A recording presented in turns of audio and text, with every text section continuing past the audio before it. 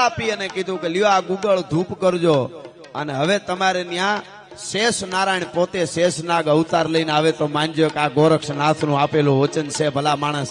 અને ઈ વાસલબા અને ઝેવરસિંહ ના ઘેરે અને વાસલબાઈ ના કુખેથી જેમણે જન્મ લીધો એ ગોગાજી ચૌહાણ છે ભલા માણસ.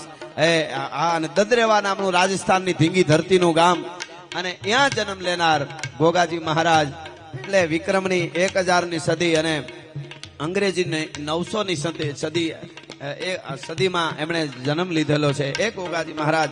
પછી તો એને હિસ્ટ્રી તો બહુ જબરી છે. ગાયું માતાજી માટે આખો અને એમને પણ ગોરખનાથે આવી અને વચન આપ્યું હતું. એક વાત બહુ સરસ છે ગોગાજી મહારાજની બાપા કે એમના લગ્ન ઘણા 35 વર્ષ થયા તોય લગ્ન નહોતા થયા. ધર્મના માટે લડી લેવું, કોકના માટે આડું, કોઈને તકલીફ પડે ત્યાં પહોંચી જવું, માર ફાડ છે વાતની પણ ખોટી